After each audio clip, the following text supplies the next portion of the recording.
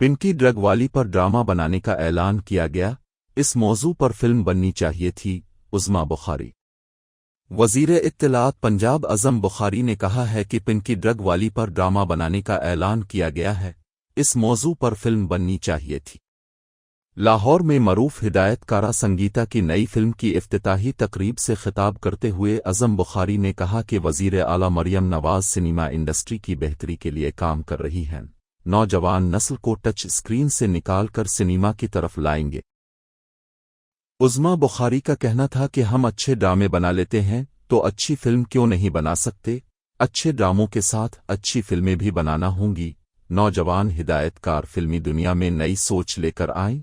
Digital platforms ने फिल्मी दुनिया को नई समत दी है। फिल्म किसी मखसूस तबके के लिए नहीं होनी चाहिए। अच्छे मौज़ूआत पर मियारी फिल्में बनाना होंगी। उनका कहना था कि पिंकी ड्रग वाली पर ड्रामा बनाने का ऐलान किया गया है।